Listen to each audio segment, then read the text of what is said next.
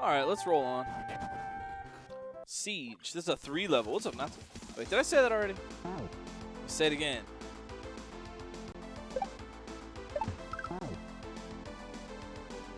What's this then?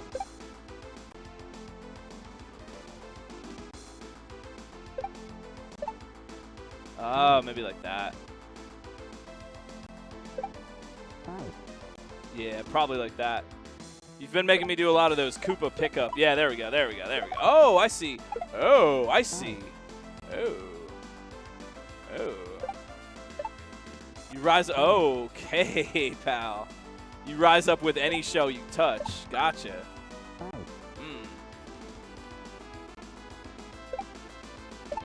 Maybe it really just is what I think it is.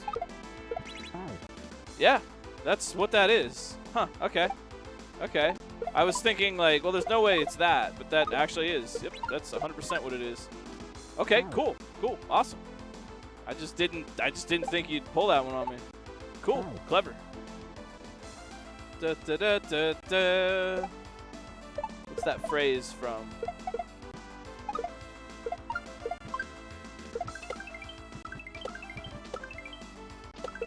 What? Whoa, okay. Oh.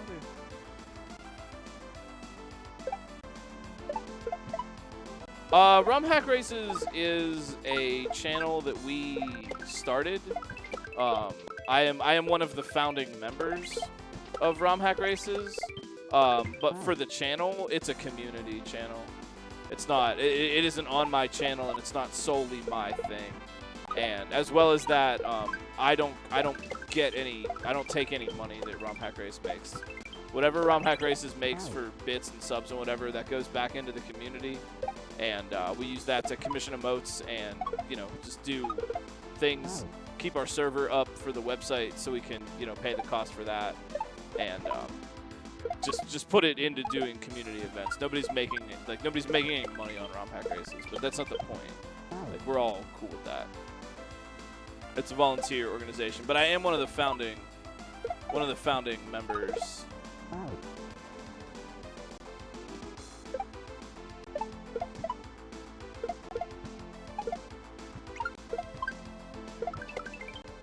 But all the way back when, I mean, Rum Hack Races was started over a conversation, and we basically were trying to address the issue of there not being much of a landing point for new players with regard to SMW ROM hacks. Sure, we've got SMW Central, and that's its thing, but there isn't really a place to start out, a community to start learning, a server to go to that has basic information, a place where hey, if you're looking for the info, you want to learn, you can go here, they will help you out. So we wanted to centralize that resource and then kind of wrap it up in a fun community event. And for a while, way back when, there used to be, I know there still are, but there used to be Mario Maker races that were similar. There was one on Friday and one on Saturday, a hard level and an easier level. And so we just kind of condensed that down to be one Saturday race of varying difficulty. Okay, wait a minute. But I decided all the way back when that rather than racing every level, I would probably be a better service to the community helping out with such a channel instead of just racing. I can put my skills to better use. Plus, I kind of like just chilling and watching everybody else. If I want to play the level, I can, and if I want to see what kind of time I'd get on that level, I know, I know what I would do in a race. I know what kind of times I would get. So, Kaizo Mario's good. We got a nice little thing going.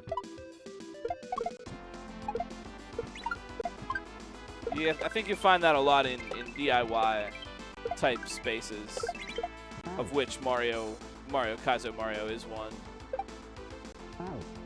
It's not a community that's rallied around the creations of our own members, even in a different way, sort of, than the indie dev scene or whatever, because these things are essentially non-commercial difficulty. You can't sell them. They're just hobby projects. And so Kaizo in particular and ROM hacking, even among ROM hacking and classic game modification, hardware hacking comes to mind. Even among that, Kaizo is a little different because we're primarily making and playing things that we made. So there's a very, very, very direct dialogue between the creator of the thing that we're doing and the thing that we're doing. You don't get to, you know, with the possible exception of Maddie here and then, she's very cool, but with the possible exception of Maddie or Dan Salvato, you don't really get to talk to the creator of Elden Ring, you know what I mean, or whatever. You know, Miyamoto's not hanging around watching, but since there's that directness, I think that fosters a lot of communication and kind of closeness of community. I wish there was even more of it. Sometimes it does feel like an uphill battle trying to talk about this stuff as art and, you know, a meaningful endeavor that someone would choose to go on. You know, every time you get the, oh, you must have made this because you're so sadistic. Oh, do you play this because you like torture? That screws both makers and players out of the artistry they work so hard for. To paint, I'm not saying this because I'm mad. I'm mad. Just it's been on my mind to paint that comment onto everything. That kind of implicitly, I mean, it doesn't because that's just someone's dumb opinion. But comments like that screw makers and players out of the artistry. You know, does everyone, would you look at Tony Hawk or someone, not even Tony Hawk, just some random guy skateboarding, and you see them fall down a lot, and you go up to them and be like, yeah, I see why you like skateboarding. Yeah, you definitely, it's really, you seem to like falling down a lot. Does anyone skateboard because of the falls? No. That's not why you do it, you know? Or, boy, you really must like shuffling your Rubik's Cube. Can't believe it. You know, well, yeah, I just love shuffling. I just like scrambling up my Rubik's Cube all day. No, you do that so you can solve it again. That's the point. And so every time, you know what I mean?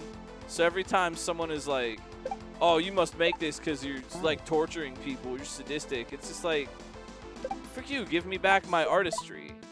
You know, to have that mentality painted on everything, it robs us of artistry that we work really hard for. Oh, you must be sadistic. Oh, like that's neat. You must be uncreative. Oh,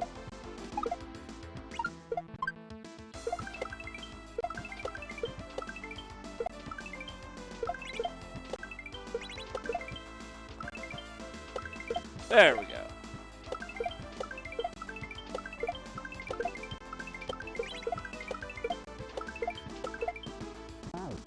Oh man, I got the moon. Did you see that? See that? Got it.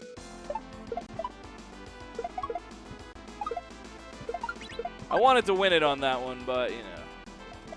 That is an interesting point. That there are, yeah, sophoclistic nonsense. That is interesting. That, yeah, there's an army of people self-trained in level design. And, you know, we're kind of like non-commercial DIY level design even because the stuff we're making isn't necessarily to be sold as a product. You know, if anything, it's just kind of like to be popular in the space, you know, is like perhaps the biggest aspiration, you know, for a ROM hack maker that would go outside just the desire to make something in the first place.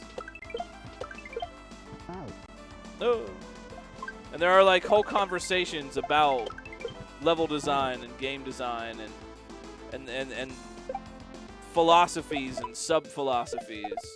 You know, how much troll is too much troll, how much tech is too much, how many one-tile gaps can you know, is acceptable, how do you communicate certain things that we've evolved. That's been really interesting to watch even. I mean, I've been around since Mario Maker 1 and have seen the conversation progress, right? Like, just even simple things like a standard, generally agreed upon set of indicators for all the levels. You know, just 2 coins. Like, just even the notion that blue coin means spin jump, right? That was at one point decided, not like decided on formally, but just the community at large had these conversations, and eventually enough people started doing the same thing that form of indication caught on. And even then it changes. But, you know, now it's generally understood. Blue coin equals spin jump. But if you would even put that into a hack in 2016 or so, might not even mean the same thing. So that's also been interesting to watch the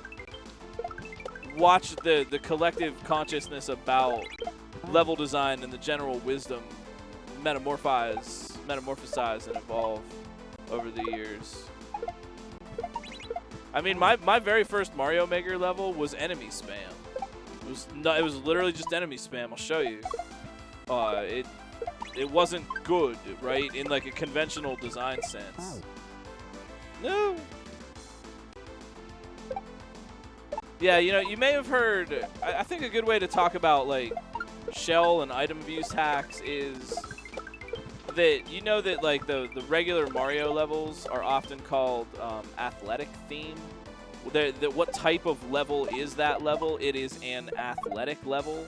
That athletic is like a genre of level, which is, you know, platforming, jumping, running, you know, basic Super Mario stuff. I think you could describe levels like this as acrobatic levels, and gameplay of this style as like acrobatic gameplay. And I really, whoa, I wouldn't know. Are you gonna make me? All right, just making sure you weren't gonna make me do anything with that. I do need it. I do need it. I need to be big. Yep, I need to be big.